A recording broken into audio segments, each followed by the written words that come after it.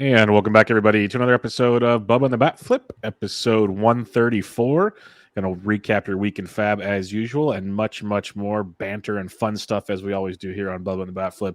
You can find me on Twitter at BDintric, and my co-host is always on Twitter at BatFlipCrazy. Toby, how we doing, man? Doing pretty well, Bubba. Just, hanging out. I'm wearing my Phillies hat today. I was a little torn. I was wearing my Phillies hat earlier in the day, and then the Reds came back, and they were winning, and so I was wearing my Reds hat, and then the Phillies came back and won, so I had to put my Phillies hat back on. So it's been an exciting night in my life. Just switching back and forth, back and forth. That was a wild game. It was like a pitching duel for about 6 innings, and then just the roof came off. And as you'd expect from two teams with bad bullpens. So, actually, the Phillies bullpen's not that bad. Tonight it was. So, hey, it's not good without Sir Anthony. Yep, that is very, very true. But we'll see how that continues to mold out. You have the Yankees. When you think it's Aroldis Chapman's time, it's apparently not Aroldis Chapman time. So I think that ship has sailed completely out of that situation. Another thing to monitor going forward, people. But I'd say safe drop in most formats there. Jonathan Loaizaga might be the guy. We'll see. There's lots of options there. Wandy Peralta got it today. Yeah, he got it tonight, so it's all over the board. Who knows what they're going to do? That might have been to move Lindor over to the right side, even though Lindor hits lefties very, very well. So who knows? Who knows what that was? Aaron Boone's just kind of, I think, rolling dice out there and seeing what sticks right about now. But, yeah, lots of fun around the diamond. We got some interesting FAAB discussions to talk about. We have a couple guys getting surgery now. Tatis is going to get his shoulder surgery, so we'll see how that affects his timeline going forward. We have Walker Buehler get the TJ for the second time. That's not good. So lots of interesting things to monitor going forward, but we are here to talk Week 21 FAAB. I believe that leaves us 6 weeks left, Toby. So I think there's 27. We usually do 20. I think it's usually 26. But I think I heard Spore saying because with the season starting late, there's like a half week. So I think we have like 1 half week of FAAB to make 27. Interesting. Yeah, because I thought it was 26. So it doesn't end on a Sunday. I don't believe it doesn't. Wow. I could be wrong. I might have misheard, but that'll be a fun FAAB week. That'll be intense. Dropping like all these great players just for some random 3-game series of at bats. Like that'll be one of the craziest FAAB weeks to look at for sure. Well, let's check this out. I'm really intrigued. I may have misheard, but I thought that's what it was. So holy moly, let's see what we got here. Could be quite interesting to say the least. Actually, it'd be a lot easier to do this on my phone. But what is easy? Yeah, what is easy? This is Bubba and the BatFlip. We like to check things out and make listeners know the process. As difficult as possible. They know the process, but we're talking about a few other things because we don't have a lot of listener questions. We're going to go through FAAB as usual, so I wanted to kind of pick Toby's brain on some of this stuff as it's going to make that final week very interesting. Very interesting. But I could be wrong. So let's see what we got here. This is interesting. This is everybody's on the edge of their seat. So there's a Monday, Tuesday, Wednesday. Yeah, so there's a final like half week of the season. So there's one extra FAAB week technically. And those matchups, because like some teams will be out of it, some teams will be grinding to get into the playoffs. That's going to impact so many leagues. And it doesn't look like all the teams are playing that last day. Let's see, 2, 4, 6, 8, 10, 12, 14, 16, 18, 20. Oh, maybe they are. Yeah, there's 30 teams playing. Okay, so everyone's playing the final day. So yeah, it'll be fun. Something to consider as we still have 6 more weeks to go. But not many. It's kind of fun ended on a Sunday. Now it's going to end on a Wednesday. It's going to chaos. Chaos will ensue in a big way. So we'll definitely have you covered on that. But let's get into FAAB, the most added player. Again, we use 12-team online championships from the NFBC. And it's no surprise, added in 197 leagues because he was not drafted in many leagues. So it was the first time he was available. As he came off the IL, Dustin May added in pretty much every league, as high as $500, as low as $6, as Toby was mentioning before the show. He didn't get a $1 bid for once. In his debut against the Marlins, 5 innings, 1 hit, no earned, 2 walks, 9 strikeouts, looked absolutely dominant. His rehab starts were getting better and better as he was going. This is legit. Like we talk about breaking the bank for guys, this is definitely one of them that made total sense. If you had money to burn, this was the guy to get. So what's your thoughts on Dustin May, Toby? Yeah, I mean, a real difference maker. So you just look at the projection. I mean, 324, 114 whip, 28 strikeouts in 27 innings, pitching for the Dodgers.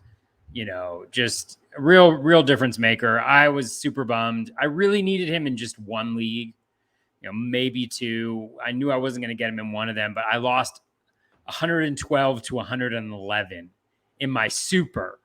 Oh Um, man. yeah, where I'm currently in first place, and it would have been so helpful. I was super aggressive for myself. I would have left myself with other bids that went through like $40, which feels very vulnerable to me.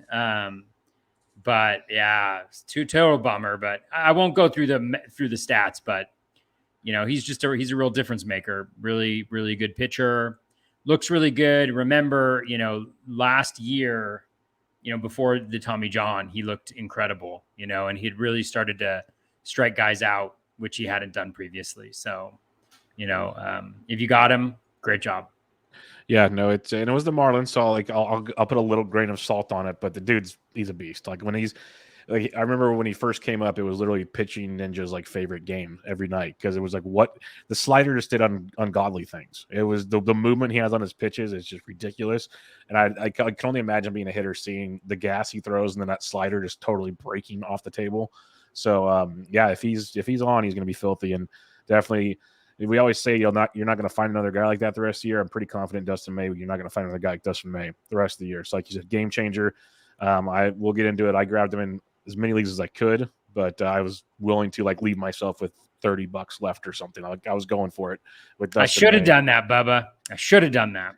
Yeah, but see, you're in first place. I'm not. I had to do whatever I could to try to make any kind of jump I could to keep moving. As like Guilds was hitting me up on Twitter today saying, "I love you, Bubba, but I'm never going to be in a league with you ever again because he's had 6 weeks in a row now. I keep taking all the players he's trying to add, and he's leading the league, but it's hurting his chances for the overall. So I kind of felt bad, but I'm grinding my butt off too just to try to do what I can do. So it is what it is. It's the beauty of the game, but it's a tough league. He said he crossed off the entire league. He's all, I'm not playing with any of you guys again because it's a very competitive league, which I think is a good thing. So we'll see how that goes. Next up, Jake Fraley added in 131 leagues as high as $56. Outfielder for the Cincinnati Reds. He got called up on July 30th, right around the trade deadline, hitting .333 with 6 home runs, 1 stolen base, walking 14% of the time while striking out 14%. Showing some really good skills. This is the guy that came over from Seattle in not the Luis Castillo trade, a different trade. He's been around for a bit, but he's been very, very good when he's stayed healthy and given a chance. And right now he's going to get a full run in Cincinnati. So very intriguing. He basically took the Tyler Naquin role in Cincinnati. So very intriguing name there with Jake Fraley. Yeah, I like Fraley a lot. I have him on in some DCs, and then I got him in one really critical 15-teamer, and he's been great. Last year he also went on a run where, he was hitting for power and stealing bases as well. The steals haven't been there as much, but I'd be surprised if they didn't come back a little bit with the right matchups. But great play discipline, 25% O swing. Contact rate is higher than league average at its highest rate of his career so far this year, which is good. Probably has some regression coming in the K rate, but that's fine. Maybe some positive regression in the BABIP as well. 7 barrels, so a nice little 8.5%, 110 max EV, which is really, really nice as well. So I like Fraley a lot. Hitting at top of that lineup, you have to know that he platoons, so you got to use him in the right situations. But this week he has 6 righties, I think, including three against Philly, and then who does he have? Against Pittsburgh, maybe? Is it Pittsburgh? That's juicy. Washington, even better. Even better, yeah. Even better. I knew it was one of the good ones. Yeah, so he actually only has 2 of 3 on the weekend. He's got Espino and Gray, and then Corbin will be in there, but probably got to get a pinch hitting opportunity in there. I think that's a nice little week for him. So I really like Fraley a lot. In OBP leagues, he's even a better play with the really strong walk rate throughout his career, 13.7%. So yeah, juicy. I mean, if you just look at like what he's done in his career, 450 plate appearances, 209, which sucks, but 16 home runs, 14 steals, so you're looking at a 20-20 guy pretty much over the course of 600 plate appearances. So keep him on your radar for next year too. Yeah, with his OBP skills and everything, he's got a little Jesse Winker feel to him when Winker was in Cincinnati. I think the average obviously better than 209 as he's kind of showcasing right now. And the speed's better than Winker. So it's kind of a Winker meets Naquin with some speed. So I think it's a Great American Small Park. You give me a guy that plays half his games there, I'm in. So I'm very intrigued with him as well. So good call on next season as well with Drake Fraley. Shea Langoliers, catcher for the A's prospect, picked up in 106 leagues as high as $71. In his small sample, he's hit safely in 4 or 6 games coming in tonight with 5 extra base hits. Striking out a ton, though. A massive strikeout rate of almost 46%. But in the minors, hit 283 with 19 home runs, even stole 5 bags for a catcher. He's pretty much DHing or catching every day, while Murphy DHs and catches. They're in the lineup every day together, pretty much. So they're giving him serious run. So far, so good. I know the strikeouts are very concerning. Not going to sugarcoat that, but the dude hits the ball hard when he makes contact, and that's going to, produce down the stretch here, especially in those 2 catcher formats. He's going to have some very good viability for you. Yeah, I mean, I don't know how long this can really last, honestly. 45.8% strikeout rate. I mean, it's 24 plate appearances, so it can change dramatically, but a 50% contact rate. So he only touches the ball on 50% of his swings, which is just an abysmal. I don't know if I've ever seen a contact rate, even through 24 plate appearances, that low. The Bat X has him at 215, 28% strikeout rate. Steamer has him at 230, which is the high for his projection. We all know that Steamer's been a little higher on prospects or not, but you just got to hope he continues to get lucky with the 455 BABIP. There is power, like you mentioned. The contact quality can be high, close to 111 max EV. He's going to get run. He's playing every day. He's playing mostly DH. So, again, for, like you mentioned, 2 catcher leagues, really solid pickup. There's actually some decent catchers available, I felt like, this week in FAAB. For those of you who tired of Danny Jansen and getting absolutely nothing from him. Yeah. So, and Langoliers, is that how you pronounce it? Yeah, Langoliers was one of them.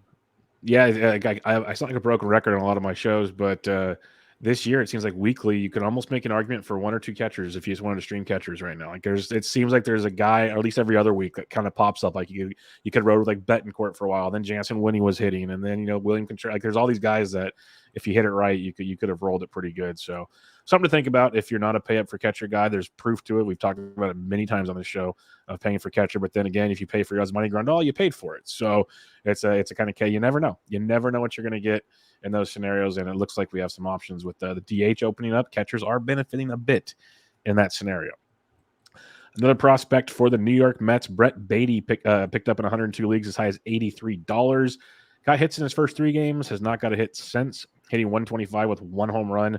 Only a 22% K rate, which I say only because to me that's not bad for a young player, kind of still trying to get his feet wet. So kind of not saying he's going to be like an MJ Melendez, Pasquantino type that takes a little while to get going, but there's at least some optimism, I would say, that he's hitting the ball hard when he does hit it. But it's a slow go for the prospect. We'll see how long the Mets stick with him. But what's your thoughts on Brett Beatty? Yeah, interesting profile as long as he continues to play. You mentioned the batting average is really low, but he's got a 118 BABIP. The K rate is low. It even went down tonight. He didn't strike out, so he's under 20%. The eye looks about league average, around 30% O swing. Contact is higher than league average at about 76, 77, or 77, 78%. The challenge that I see right now is it looks like he's just getting dominated. The hard hit rate is low. The ground ball rate is above 70%. Again, it's 27 plate appearances and only 18 batted ball events. And so just something to be cognizant of. The one glimmer of hope, or not one glimmer of hope, I think the overall approach is a glimmer of hope. But one thing that's kind of intriguing longer term, and also potentially this year, if he can kind of settle in and be a little bit more comfortable, is the 113 max EV already. He's only got 18 batted ball events, but he's already got a 113 max EV. That's excellent. And so that bodes a little bit well for the power potential down the road. I'm not sure. Let me just see what he was doing ground ball rate wise. A lot of I mean, he's been really high at every single level. 56% this year. Well, actually, that was in it was actually 42.6%, 56% in a small sample, but then 61.2%, 51.6%. So really in the kind of mid 40s to low 50s. And I think pitchers know that, the way they'll attack him in the majors, that may be an issue. So again, something to be cognizant of. I wasn't that interested in him, but he could turn out to be something. Yeah, I got him in a couple small bids. We'll talk about that, but I wasn't going crazy aggressive on him. If someone really wanted him, they could have taken him from me. That's for sure. Next up, Lars Nootbaar. Anybody that Toby can use emojis for is a fan in my book, and Nootbaar has been awesome. Picked up in 102 leagues as high as $60 in the month of August, hitting 298 with 2 home runs, 2 stolen bases. He's scored 15 runs. He's leading off versus righties, hitting 9th versus lefties. So more importantly, he's still hitting versus lefties, which I like to see. And he's walking 22% of the time, still showcasing power with 246 ISO. The dude is playing very, very well. I've written him up a couple times in the last few weeks. And in DFS, he has been dirt cheap, so I've been playing the snot out of him. He has been just a beast atop that Cardinals lineup where you got Arenado and Goldie behind him, driving him in like clockwork. So this dude's awesome. I know you're a fan, so what do you got on Lars Nootbaar? Yeah, I have him in virtually all of my 15-teamers. I got him in my OC this week. He's got the 8 games this week, including 5 in the first half of the week. So that's huge. And he plays every day, like you mentioned. I think he's played all 3 games so far, even though he hits ninth against lefties.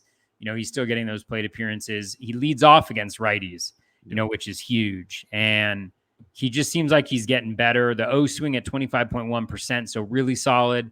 Contact rate is right around league average at 73.6%. So, the strikeouts a little bit, but because he's got such a good plate approach, he's mostly kind of honing in on swinging inside the zone. Ground ball rate is reasonable, right around league average at 43%. Walk rate at 15.7%, K rate at 22%. So that's really nice. And he's stealing a little bit too. Like in his 328 plate appearances in the big leagues, he's got 5 steals, which is nice. He's already got 3 so far this year and 204 plate appearances. If you take that 204 plate appearances and it's not like there's nothing that jumps out as being like ridiculous, 240 batting average, 277 BABIP, 16.7% home run per fly ball. If you multiply that by 3 for those 600 plate appearances, you're talking about a guy who's got over 100 runs, and 81 RBI, and 9 steals. So really, impressive stuff so far with Nootbaar. And he doesn't look overmatched. He looks like he's really there. He's got 13 barrels for those 7 home runs. So he hasn't been lucky there. 10.3% barrel rate, 111.5 max EV, which is higher than 2 miles per hour higher than he was at any point last year. And he's up 2 miles per hour as well on his overall average exit velocity. So there's a ton to like here. In a 12-teamer, I still think he's a guy that you probably want to have around just because the Cardinals are doing Cardinals things down the stretch here, and guys can get hot, and he's going to score a ton of runs. Like we're already seeing that. So he's really exciting. I'm really glad to have spent some dollars on him a couple weeks ago to make sure that he ended up on my squads. Yeah, for sure. Like, I was worried a couple weeks ago because the whole like Juan Yepes might be coming back and how's that work with playing time. But the fact like they started playing him, like we said, hitting 9th against lefties, that just gives me a big boost of confidence. And they want that bat in that lineup, that defense in that lineup. So I'm very excited to see what we got there with Nootbaar. And like you said, Cardinals doing Cardinals things down the stretch. That's what they do. And I lost out on Nootbaar and TGFBI 17-17. Oh. Yeah, that's what you get for being too good. And you want to know what the problem was? I should have bid higher because I didn't need May. I have I think I have the second best pitching staff in pitching number of pitching points in all of TGFBI, behind Steve Weimer, of course. But I still wanted to put in like a relatively decent bid on May. because I do need wins a little bit. And so I put like $60, but with the amount that I have, if I had gotten May and if I had gotten Nootbaar at a higher amount, I would have been so hamstrung down the stretch that I was a little hesitant to go big on him. And now I'm like, why on earth did I do that? Why didn't I just go after Nootbaar more aggressively? Because that's the guy that I needed. So that was a mistake. That was an error, which is too bad because I really need hitting in TGFBI. And if I could put together a run of hitting, I could really make some, I could really climb the standings a little bit, but oh well. I have confidence in you. I'm not worried about it. Thank you, Bubba. Next on the docket here, I picked him up everywhere last week, and Edward Rodriguez picked up in 85 leagues this week. $95 was the high bid in his debut. 5 innings, 4 hits, no earned, 3 walks, 5 strikeouts, a whip of 1.4, which made me laugh because I know Toby would appreciate that. At least I nailed that part of it. Yeah, that's the first thing I looked at when I looked up his stat line the other day. I was like, so what's his whip look like? 1.4. I'm like, yeah, of course it's 1.4. That's what we should have come to expect with it. But no runs, got some strikeouts, did what he had to do, got the W. And he's going to be a formidable, like pretty much start for me every week. I know you're still suspect on him, but we talked about him last week. What do you think of Eduardo? Yeah, I mean, let's take a look at like the underlying metrics for Eduardo. So in his 1 game back, his Z contact was 95%, about 94.4, so which is atrocious. His swinging strike rate was 2.6%. I'm not sure how he struck out anybody. And his O swing was 24.4%. The velocity on his fastball was down about 2 miles per hour over what it is usually. So I'd say I'd be relatively frightened about having him in my lineup this week, regardless of who he's playing. Sorry, Bubba. Sorry. No, it's okay. It's okay. I'm going to keep rolling with him. Erod. That's right. I'm not worried about the whip. It's a one-size sample I'm looking at, so. First start back. I'm going to stay optimistic here and see where we go. But yeah, Erod. We need at least one optimistic person on this podcast. Otherwise, it's just a total drag. I'll be here for the chuckles, folks. I'm here for you. Next up, though, this is a guy that I like in 15-team leagues. Now that he's back in the rotation, David Peterson, picked up in 77 leagues as high as $33. He was demoted when the Mets got healthy. Now they need pitching again. He made a start against Philadelphia, 4 2/3, gave up 3 runs, walked 2, but struck out 6. Since he returned a couple months ago, changed his pitch mix up, and the strikeouts went up in a big way. Walks are always a concern with David Peterson, but the strikeouts are there, and he had a 2.14 xFIP in this last start, so kind of a little unlucky potentially. He's not a world beater by any means, but there's a lot to like, I think, in David Peterson, especially in the right matchup down the stretch here. Yeah, I mean, he definitely looked good earlier in the year. Have not been paying that much attention to him recently, but has he been starting in all of his games, or has he been in the front coming in from the bullpen? Well, he got sent down to get rest, but it was mainly starting, a couple of relief spots. But he's pretty much been I think he has out of his 15, he has 15 starts and like 4 relief appearances. So. Well, I mean, what you mentioned is spot on. Like he's a guy who's got a ton of potential. The Z contact's low, around 81%. The K rate's high at close to 28%. The O swing is decent at about, I wish I could highlight it.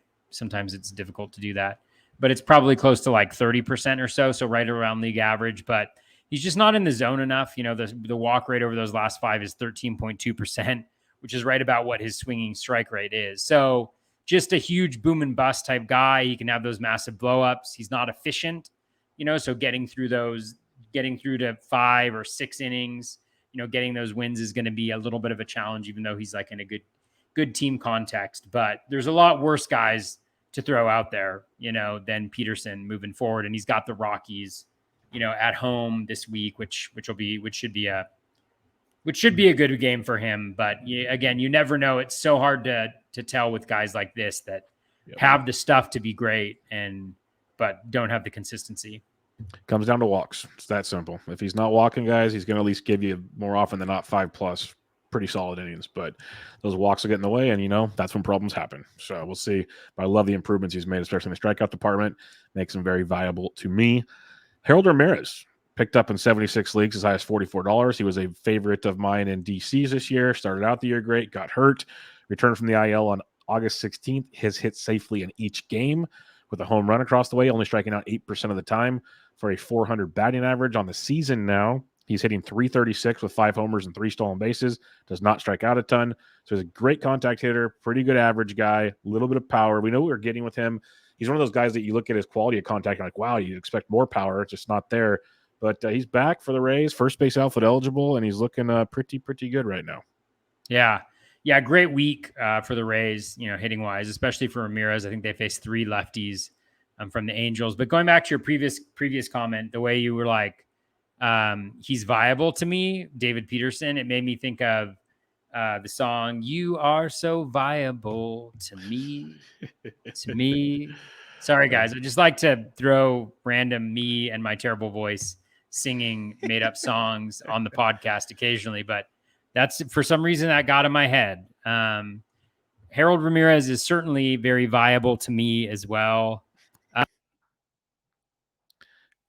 Is like your quintessential batting average, with some runs and RBI, but he's not going to hit many home runs. He's not going to steal bases, close to 300 plate appearances, 5 home runs and 3 steals. So it's tough to keep him in the lineup like on a super regular basis, especially, depending on how the Rays decide to use him down the stretch, whether they're moving him in and out or not. But this week with 4 against the Angels and then 3 against, I think, the Red Sox, maybe, to finish off the week. It's just a really nice schedule for him. Really high ground balls as usual, and the batting average is going to come down. He's at 373 right now. So let's just hope that happens, I don't know, next year, as opposed to this year for those of us who picked him up this week. In 15 teamers, in 12 teamers, I don't really see him as being super interesting. Yeah, not a lot of power, so it makes it tough in 12s. But if you need batting average, he's a guy. But it's tricky. Like I'd much rather obviously have like a Lars Newbar or something like that. But we'll have to wait and see there. Ramirez's teammate Manny Margot returned from the IL, picked up in 75 leagues, as high as $41. Quiet start, 1 hit in the first 2 games. We know what we get. He's a little bit of power, some speed, decent batting average. Margot. Just got to see how healthy he is. It looks like right now he might play every day, but we know the Rays like to platoon things as well. So that's always the concern there. But, you know what you're going to get from Margot while he's playing. Yeah, totally. And we talked about him last week, so I won't spend a ton of time on him. But, yeah, he's good. Like the only reason why he was on the waiver wire is because he was injured. And so if you picked him up and you snapped him up, that's great. Like you mentioned, there are some playing time concerns, and he's not fantastic at anything, but he can get you those steals. He can hit you with a little bit of power. He's not going to hurt you in batting average. So, a nice guy to have. And in a 12, again, I wouldn't have him on a regular basis in a 12, but you can throw him in there with 7 games this week against 2 teams that give up a decent number of steals. So roll with that matchup. Most definitely. Stop me if you've heard this before. Everyone's adding the Padres' Luis Garcia again. This time it might be viable because Josh Hader is not good right now. They announced it's going to be a committee for the time being in San Diego. I still expect Hader to eventually get that job back. But for now, Luis Garcia got a save a couple nights ago. He's been really good out of the bullpen. Looked like he was going to be the closer before that took place. He was picked up in 68 leagues as high as $78. I was not in on the high bidding for Luis Garcia, but what's your thoughts on him? Yeah, I was in on him. I got him for like in 15 teamers for like $7 or $13, depending. Just because it did look like he was getting the job. I know Nick Martinez, who I think would be a great closer too. Yeah. He got that save, but if you look back at Garcia, he had pitched the 2 previous nights. So that's why I felt like he was getting some run over his last 15. Garcia 84.4% Z contact, so right around league average. O swing is around 34%. Which is good. K rate, slightly higher than league average at around 24.6%. Swinging strike at 14.7%, solid, and the walk rate down at 7%. So, like just kind of like a middling, mediocre reliever with a little bit of upside in the right situation. So I felt like it was a good way to kind of roll out there. And I know the Padres always say they like, we're going to go by a committee. We're going to see what happens, but they never really do. They seem to really stick with a guy, when they get it. It was Rogers, and then I don't know if they did. I don't know if he was like how long he was out of that role, but it felt like they still had some consistency in terms of who they were using. Yeah. So I'm rolling with him on Hader. I mean, gosh, it's just remarkable. Like since that Giants game when he gave up 6 earned runs in a third inning, I mean, he can't even get people out. I always wonder like how that's possible. Like guy throws ball 95 miles per hour. Like if you were just like throwing it right down the middle at 95 miles per hour, would you really even be as bad as he's been? Probably not. Right. Like, probably not. I don't know. It's just bizarre. It's just absolutely bizarre. And I know Dave. Oh, go ahead. Yeah, well, I was gonna say I heard it somewhere else, and then Dave Petriello, he tweeted about it too. That Hader's wife had complications with the birth of their child, and it was a pretty scary deal, I guess. But apparently, everybody's okay now. So it's the whole thing. We don't know what's going on off the field that could be affecting these guys. Like there could have been, like first he gets traded, so he gets uprooted from where he's at, and then he's got the problem with the family and everything. I guarantee you, baseball's not his top priority at that point in time. So it's a little tough to probably keep focused on those scenarios as hard as some people might not want to understand that. It's very difficult. So maybe maybe a breather is what he needs. Like go handle your stuff, go get right. And then he'll come back and be the Hader of old. We'll see. But I'm with you with a guy with that kind of stuff. I would hope it's just the fact it's the off the field stuff because otherwise something's really broken with them and that's concerning. So I guess we'll see. Yeah, and one thing on Luis Garcia, I did a little bit more quote unquote analysis. In his last 10 games, his velocity is the highest it's ever been, or at least in the last 3 years. He's averaging 99.5 on his sinker. His in zone contact rate is down at 79.5%. His swinging strike rate's at 18%, and his O swing is at 35%. So those are pretty dominant numbers right there. Yep. So it'll just be interesting to see how he does here over the next little bit. Yep, we'll see how it goes and see how long he can keep the gig for. Next up, Aaron Savali picked up in 67 leagues as high as $37. We talked about him last week. His start got pushed back on Sunday, so he was a 2-step this week. He went 4 2/3 on Tuesday, 1 earned, 4 strikeouts. So not horrible, but not great either. Like didn't really help you a whole lot. But you kind of know what you're going to get with Savali. There's definitely some upside, but he's not always the most dominant arm either. Yeah, and we talked about him last week too. I think the curveball, the high curveball usage has been the key to his success so far, and it was looking really good. But again, this is Major League Baseball. Teams are going to adjust, and he's going to have to figure it out. Maybe he was playing against crappy teams. You never know. So it'll be interesting to see how he does though down the stretch. He may be a guy just because of the season-long line who's a little undervalued next year if he's able to continue with this high curve usage and it continues to be effective. Yeah, 100% with you on that one. So we'll have to see how that goes with Savali. He's always seems like it's tough to roster him every week, but definitely has some windows of streamability each and every year with Savali. This next one, big Ross Stripling fan. I had him everywhere before he got hurt, had to drop him, looked to try to get him back. Picked up in 61 leagues as high as $71. And the thing with Stripling throughout the season, it was like he pitched really well, not the most dominant strikeout guy, but helped you in ratios, was getting you some wins from time to time.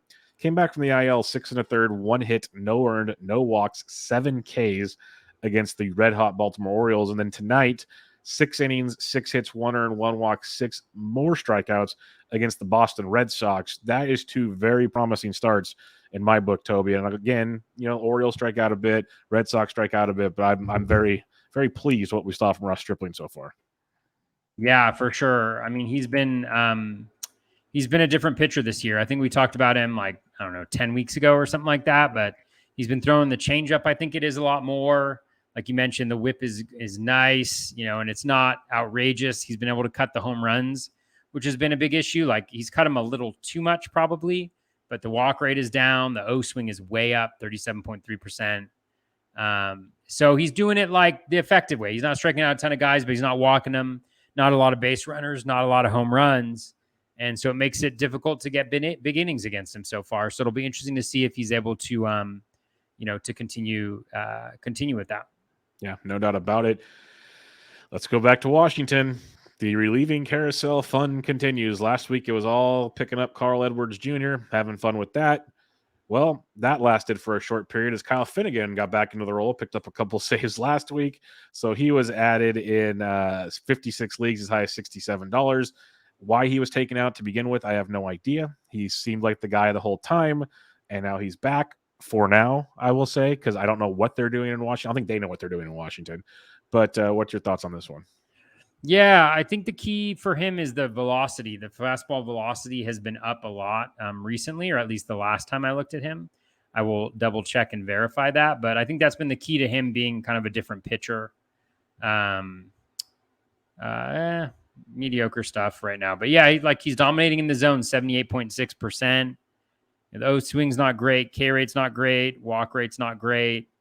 Swinging strike rate's okay. So there's nothing that's like really good about him. But like you mentioned, I mean, it's all about the role. And I was one of those guys who moved off from him and picked up Carl Edwards Jr. and literally just like, just, yeah, I don't know. Just, they fooled me. But he's averaged 97.5 on his fastball over his last 15 games. That's the highest of his last 3 years. It's 2 miles per hour faster than he was throwing earlier in the year. So again, improved results, improved skills as a result of that. Still not great skills or anything like that. He's throwing his fastball 86% of the time. So he's really just up there like throwing his fastball, and it's been effective enough for him to do the thing. And maybe that's helping him limit walks more so than usual. And guys aren't able to make good contact on it. Yeah, no, that's for now. That's all you care about. So we'll see how that keeps going with Mr. Finnegan. The next guy, Pete Fairbanks, added in 48 leagues as high as $17. This is a guy having a ton of DCs. As I was punting some saves at times and just grabbing guys later, he's picked up saves in each of his last 2 outings. Just pure dominance, 3 shutout innings, K in each outing. We know what he can do. The dude's done this before. He's been very filthy. There's been times with the Rays where they use him in more high leverage spots because that's what the Rays do. But he's got really good stuff that can be a closer. Again, it's the Rays. There could be weeks where he doesn't get the job, but because they have Brooks Raley and all kinds of other options there. But for now, it's Fairbanks. And in reality, I think we've seen this with them many times where they kind of shuffle it around for most of the year. And then down the stretch, they seem to stick to one guy. That's what it seems like. They find like this is how we're going to form for the postseason, and let's roll. So for now, it's Pete Fairbanks. Yeah, it would have been great if they just kept on rolling with Fairbanks after I picked him up. No, I mean, you mentioned it. I mean, he's been absolutely dominant. His fastball is about 2 miles per hour faster than it's ever been, coming off an injury. He's at 99 miles per hour on average on that fastball. Walk rate is at 2.1%. His O swing is at 47.4. Now, it's just 12.2 innings, but that's a ludicrous number. Absolutely ludicrous. His in-zone contact is at 67.4%. Swinging strike at 16.9%. He's 66% for strike rate. He's pumping it in the zone. He's getting the guys to chase. He's dominant in the zone. He's even got a 321 BABIP, and he's still rocking it. So yeah, absolutely dominant so far this year. If he can maintain that velocity bump, he's going to be a problem. And he's a great guy to have just from a ratio perspective, I think, down the stretch here. Yeah, no doubt about it. I think he's definitely worth rostering. I'd almost want him over Finnegan. Let's put it that way. I think Fairbanks is definitely an angle I'd like to go with on that one. So the fact that it's why it's fun to look at this when Finnegan was added in more leagues, that's $50 more in some leagues than Pete Fairbanks. It's just a very interesting scenario there. A couple more before we move on here. Jack Flaherty picked up in 43 leagues as high as $55. People starting to speculate as he went 4 innings in his last rehab start, 1 earned, struck out 7. Looks much more Flaherty-like in that start. As he's made 3 rehab starts now on this go-around. I think they're saying 1, if not 2 more before he comes back. So I guess we're hoping for like early September with Flaherty. I'm still uber concerned. I was concerned all season. Like he's been on my kind of don't touch list until I see health with him. There's so many issues there. But I'll say this much. We're late in the game where if you can speculate for a few bucks and you get back a decent Flaherty for about 4 or 5 starts, might not be the worst thing. So I kind of see it in this regard. What's your thoughts on Jack Flaherty? Yeah, I mean, I wish luck to everybody who's relying on Jack Flaherty to pull through. I mean, not to be like pessimistic, but we know he's a really good pitcher. I'm not convinced that when he pitches, he's going to be really good because we got to see what he's got. So it's a total wild card, which at this point in the time, makes sense in some situations. So you just try to roll with it, go with it. Yeah, no, exactly. It's an interesting one indeed. I just want to ask you about one more guy here because I know you were all in on him a couple of weeks ago. It's been really, really positive with Elihuris Montero. What I want to ask you, though, is the Rockies went rocky on us on Tuesday, and they sat him. Are you concerned that this might be the Rockies going rocky the rest of the way here? Because he was playing versus everybody. If they start platooning him, we know how that goes. I'm not really concerned. I'm just going to take a look at the lineup tracker so I can tell you how many games in a row he played before today. He's played almost every game. He's been in there a lot. So he's played 1, 2, 3, 4, 5, 6, 7, 8, 9, 10, 11, 12, 13, 14, 15, 16, 17, 18 games in a row before today. So okay. I'm not super concerned. I mean, obviously there are injuries and things like that that can impact things, but it seems like they really want to give him a chance. He's been pretty good. He's hit 3 home runs on the recent whatever it's called home stand. He's hitting the ball hard. You know, like there are some contact issues, but dude's got 9 barrels already. You know, 13.4% rate. He's mashing. He's playing first. He's playing third. So I don't think so. And I mean, you know, the thing is like, you know, I know we love to like Rocky the Rockies, but you know, like he's played 18 games in a row. So no, I just wanted to bring it up because I saw multiple people tweeting that out. Yeah. I saw those tweets and I was like, I wanted to bring it up because I knew, I knew you were invested in him, and I even have him in a few leagues since that first week we talked about him. I just wanted to get your thoughts because I've been noticing it with DFS every day. He still plays like literally every day. So I just wanted to squash some noise on the show with you before people got too excited about that one. Now, if he sits tomorrow, we can start asking some questions, but I think we'll see him back in action totally. for a little day game action there in Coors. Yeah, what it tells me is people picked him up this week. Yes, and they're like, what? Yeah, so totally. Like if you had him last week when he was at Coors for the whole week, the back half of the week, you know, then you wouldn't be complaining. Yeah, and then another question because I'm just kind of cherry picking now. Are you looking to pick up Albert Pujols anywhere as he hits everything right now? Maybe. I mean, in a 15-teamer, sure. Yeah. I mean, the key will be with him. I mean, I know you're joking, but like, let's see. No, it's nuts. It's nuts what he's doing right now. It's like legit. I was on a different show this morning, and if you look over like the last 10 or 14 days, he's leading the world in like OPS, like all the big power categories. He's right there. It's crazy. Best of his career. He has he's played 4 of the last 6. 3 of those 4 are against lefties. Yep. So if he has like 3 out of 4 lefties or all 3 lefties or something like that, then roll it out, man. Roll it out. But outside of that, I mean, outside of that, it's tough. Yeah, 100%. I would love to have the cards right now. Like this week is glorious, you know, first half mostly, but like then the second half, it's like, or next week they've got Cincinnati for 3, which is always nice. Yeah. And then they've got Chicago for 3. I mean, it's like Ashcraft, a lot of NL Central. Smiley's good, but then Samson and Killian, you know, it's just Just line them up. Just line them up, boys. It's going to be a beautiful thing. It's that's why, you know, sometimes it is good just to sit and look at the schedule coming up because like we look ahead, like we talk about, don't just look at that week. There's a lot of good stuff coming their way, but let's recap our week in FAAB, Toby. So why don't you kick us off here and tell us what you did and didn't do on the FAAB wire. All right, let's do it. So, FAAB results. All right, added Nick Senzel, dropped John Schreiber, $12, $7 backup. Senzel's got 7 games this week. They're pretty decent matchups, so have him in there. Added Longo, $12, $4 backup. Dropped Wander Franco with the setback with the wrist. Just doesn't look like it's in the cards. Maybe you're going to get a couple weeks out of him. Longo went deep today too. Yeah, Longo went deep. Yeah, I actually moved Montero out of the lineup and Longoria into the lineup right before lock, which is the occasional decent move I make there. But yeah, Longo's looked really good. He's looked good defensively and hitting, and usually he plays every day when that's happening. I added Nick Fortes, dropped Danny Jansen. Fortes had been playing virtually every day, playing some DH, playing some catcher. Jansen's just been so bad. Like, you know, everybody like waded through injury, and by everybody I mean myself.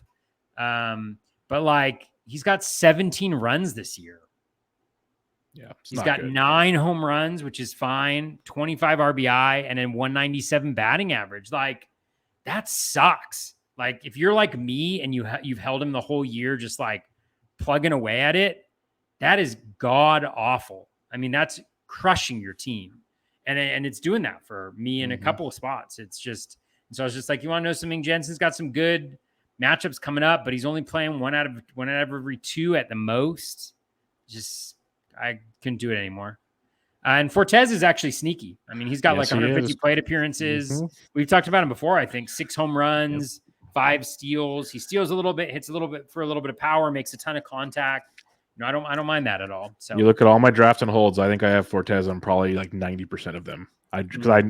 He did this in the second half of last season. Yeah. That's why I was so mad they traded for Stallings. It made sense because Stallings is a great defensive catcher for that rotation. Like it made sense, but it's like, man, Fortes can hit. Just let him play. So they're DHing him now, which I love to see. Did we lose Toby? We might have lost Toby. Okay. Well, while we wait for Toby to come back here, that was interesting. He's going to get his technical difficulties figured out here as he is off the grid. I will recap my FAAB for the week in a second as we wait for Toby. I'll check back in after each team here. Now we'll just wait for Toby here as he's coming back in here in a minute. If he doesn't, then we'll just move on with my FAAB for the week. But I don't know what happened there. That was a weird one. His whole camera went out and everything. So this could be the end of the night for Toby. We'll have to wait and see on this one. This is what technology is, a beautiful, beautiful thing, everybody.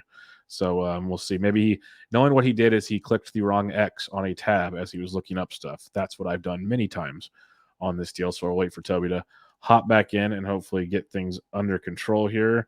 We'll wait and see here. Give him a few more minutes or seconds here before I get things going, but there he is. He is back in action, I think.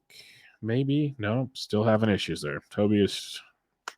We may have lost Toby for the evening. So, all right. Apologies for that, everybody. Let's go to my FAAB recap for the week, and I'll check back in on Toby here in a minute. We have my first OC. I added Dustin May, dropped Braxton Garrett, who's on the IL, 124 to 157 on that one. I think, no, we got Toby. Are you back? I don't know. Am I back? Yeah, just no video, but that's fine. Your audio is back. All right. That's all right. The video looks a lot better now. Okay. With me not on it there. I don't know what's going on. My computer was like, as I said, it did something totally different. I'm like, so we might have lost Toby. We'll have to wait and see on this one. But pick up where you left off. You left off with Nick Fortes. Yeah, added James Krinchak, dropped Ian Kennedy. This isn't a standalone where saves aren't as much of an issue. So Krinchak's just been absolutely filthy. I mean, he's been disgusting the last little bit. So added him for ratios. Added Nick Madrigal for $7, $2 backup. Dropped Jonathan Scope because he was injured and also has been bad. Added Matt Vierling and dropped Miguel Rojas. I actually didn't end up playing Vierling because he was out yesterday and just didn't feel confident enough in the playing time, but he homered today. Then added Robbie Grossman, dropped Nelson Velasquez. There was an article about Grossman and kind of the improvements that he's made with the Braves, whether that's real or not, who knows, but he's playing on a good team and the Braves have a really nice schedule the next couple weeks. Dropped Nelson Velasquez there. In another league, added Luis Garcia, $13, $2 backup, dropped Zach Jackson, added Jose Siri, dropped Luis Garcia. Siri has a great matchup with the Rays. He's playing every day because of that defensiveness. He's got some power and speed, so maybe I'll get a home run, a steal, something like that this week. Added Lou Trevino, dropped Raisel Iglesias, $2, just hoping to be the guy who gets saves for Yankees, but it's not turning out that way. Added Matt Barnes, dropped AJ Puck. Again, just trying to speculate on closers in a place where I'm pretty damn desperate, honestly.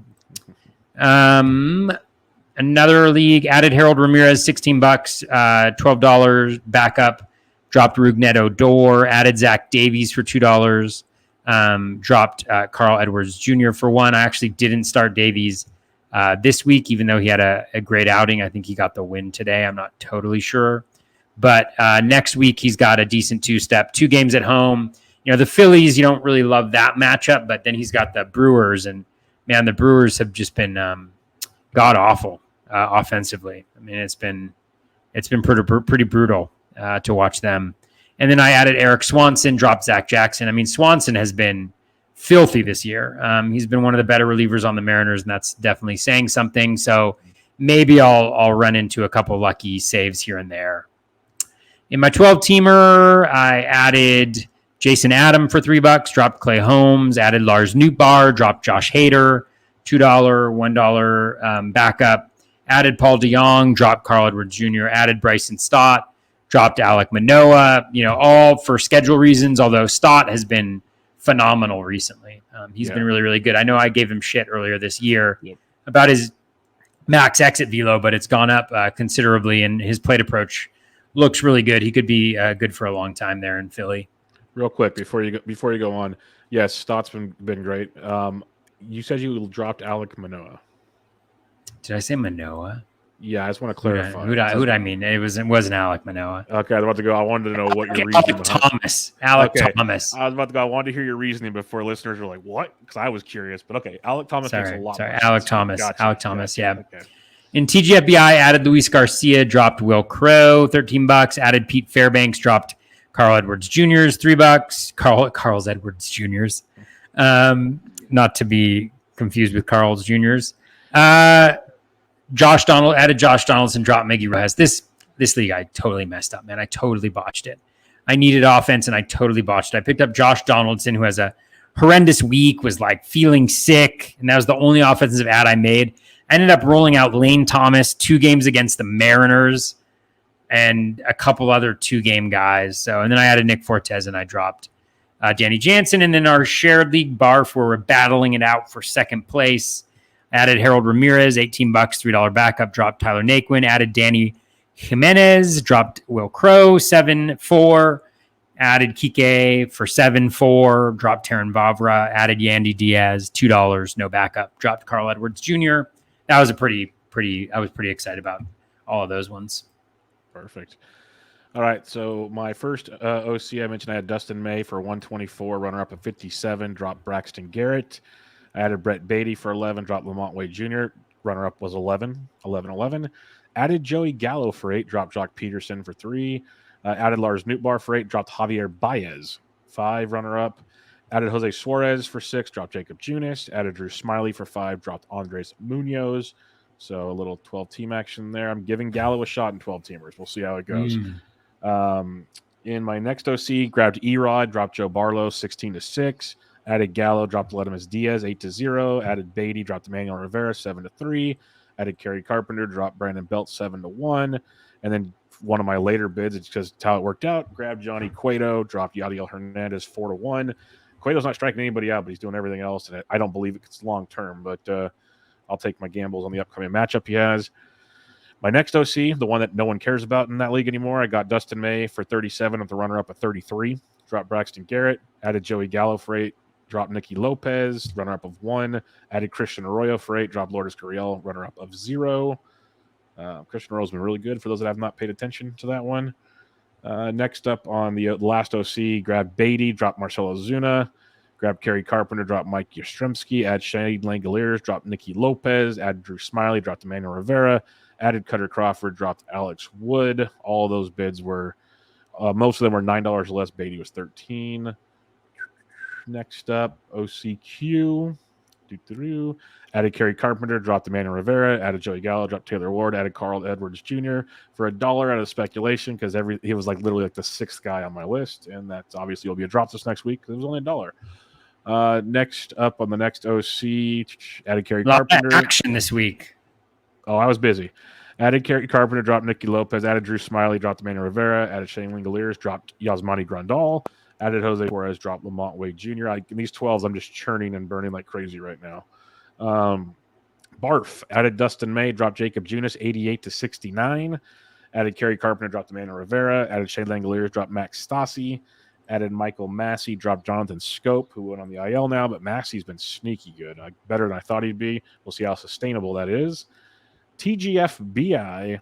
Added Brett Beatty, dropped Lamont Wade Jr. Added Kerry Carpenter, dropped Emmanuel Rivera. Added Daniel Lynch, dropped Tyler Mahle, who's on the IL. Added Austin Voth for his 2-step, dropped Tanner Houck. Then added Nick Fortes, dropped Victor Caratini in that one. I think that's it. Yep, that'll do it on that. All right, couple listener questions, and then we'll head on out of here for another week of Bubba and the BatFlip. Dun, dun, dun. That's not the one. Rob DiPietro, our buddy, asks, what would you do for a Newt bar? Yeah, anything. We hit that one. That's a great one to have. Then Dave Petrozello mentioned about the Josh Hader thing, about his newborn child and the issues they had there. So that's not really a question. Drew at Fru_Dorte asks, any starting pitchers that may be available on the waiver wire that have favorable schedules the next few weeks that you guys like? Does anybody stand out to you in that respect? Oh man, let's see. It's a loaded question, but there will be some along the way. Basically, look at the central divisions. That'd be my first. Like Drew Smiley would be one. Would probably just guessing off the top of my head be worth looking at. But let me see what we got. Like Spencer Watkins has been pretty good. I haven't dived deep in him, but he's got Cleveland and Oakland next week, so that's not a bad little two-step run of play there.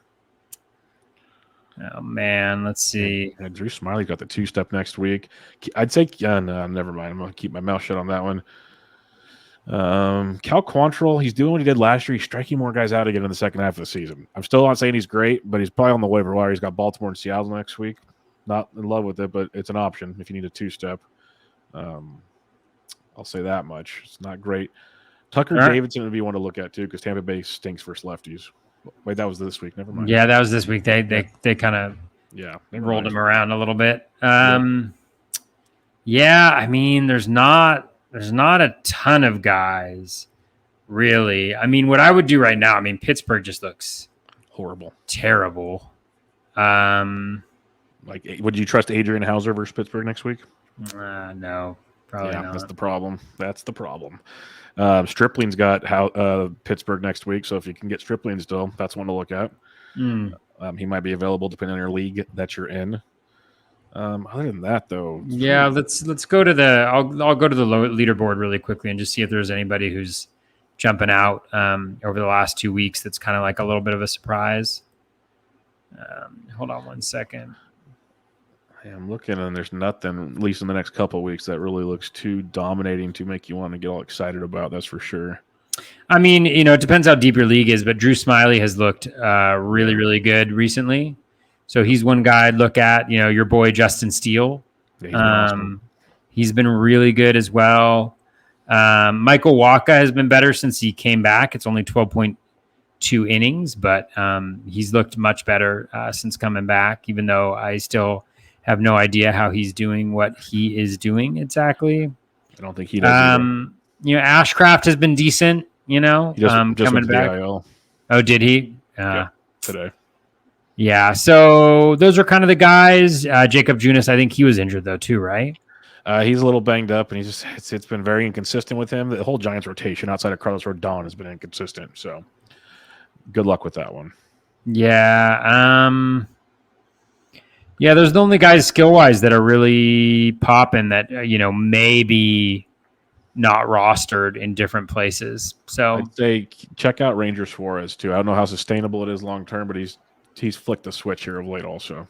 So it wasn't great tonight. Wasn't great tonight, but he has flicked the switch, and we saw what he can do in a small sample if he gets it going. So look at him. There's a guy named Garrett Cole. He's kind of a mediocre pitcher.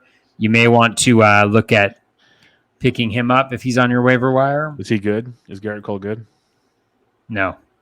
You can tweet out. He's not as bad as Corbin Burns. I was going to say you can tweet out as Corbin Burns good after tonight. Oh my goodness! You want to know something? I mean, not to pat my own back, but did you sit him? Did you sit him this week? I sat him in TGFBI. I mean, that's the only big league that I have him in. Does Mike the Mouth know you didn't put him in your lineup this week? I don't know. Is that a thing? Well, last year, the very first week for Carlos Marcano, he drafted him with his first pick and didn't put him in the lineup for the first week, and Mike the Mouth just lit him up all over the place. And then Carlos went on to win the league and everything. Nice. So it was beautiful. It was just poetic justice. But that was one that I'll never forget. Just being like, dude, just shut your mouth. Stop it. Just stop it. But I love you, Mike. I love you. It was just so funny. I was like, leave the guy alone. But it was good stuff. Good stuff in that regard. Yeah, those are the guys that I would throw out there. And Drew, if I know you're a frequent listener with awesome questions, like if you want to like DM me or something, like maybe a list of your top pitching options. I can help you out a little more in that regard if you'd like. It's kind of tough not knowing your league depth and that kind of goodies. So if you want to throw that my way, I can see where I can help you as well. All right, Toby. Final thoughts as we wrap up another week of FAAB. Like I said, 6 more weeks to go. We're almost there. Yeah, I mean, we're getting there. We're getting there for sure. And you can still make moves. You can still make moves quickly. I have one league where I'm up, probably like 10 points or so in a couple weeks. So it can be done. Just keep on. It's so annoying. All I say is keep on grinding, but try doing that.